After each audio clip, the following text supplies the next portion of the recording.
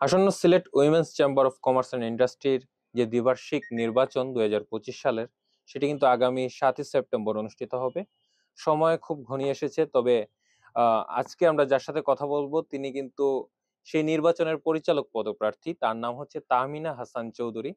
তিনি কিন্তু সেই নির্বাচনে অংশগ্রহণ করছেন। প্রথমেই তার কাছে চলে যাব। কেমন আছেন আপনি? ধন্যবাদ। আসলে ব্যবসা শুরু করাটা আমার ১ম এ কোনো ইচ্ছে ছিল না। যেহেতু আমার একটা ব্যবসায়িক পরিবারে আমি আমার বিয়ে হয়েছে। তো আমি বিয়ের পর থেকেই দেখেছি যে উনারা ব্যবসার সাথে জড়িত। আমার শ্বশুর প্লাস আমার হাসব্যান্ড উনারা ব্যবসার সাথে জড়িত। তারপর থেকেই আমার মানে ইচ্ছেটা জাগলো যাতে আমি একটা ব্যবসা শুরু করতে পারি। এখন যেই প্রতিষ্ঠানে আপনি বসে আছেন এইটা আমার শুরু হচ্ছে ১৭ সাল থেকে। হঠাৎ আমার মাথায় আসলো যেহেতু সিলেটে খুব ভালো হিজাবের দোকান নেই। তো তখন আমি শুরু করলাম এই মডেস্টিটা। ব্যবসা করতে হলে অনেক পরিশ্রম এবং ধৈর্য ২ টাই দরকার এবং স্বচ্ছভাবে ব্যবসা করা। অনেকেই কিন্তু দেখা যায় যে ব্যবসার মধ্যে স্বচ্ছতা থাকে না।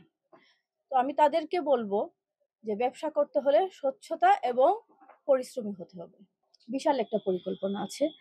আমরা চাচ্ছি দারাজ, অ্যামাজন বা ইবে, শিন এদের মতো কিছু একটা তৈরি করা। যেখানে আমাদের যারা উদ্যোক্তারা আছে, ব্যবসায়ীরা আছে তাদের প্রোডাক্ট গুলো থাকবে। অনলাইনের মাধ্যমে অনেকেই দেখতে পারবে এবং দেশে এবং দেশের বাইরে থেকেও মানুষ এই প্রোডাক্ট গুলা কিনতে পারবে।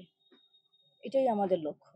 তবে নারীদের উন্নয়ন করা যেটা আগে বলেছি আমি, ব্যবসা বান্ধব নারী বান্ধব একটি পরিবেশ সৃষ্টি করা। এটাই আমাদের ভীষণ থাকবে।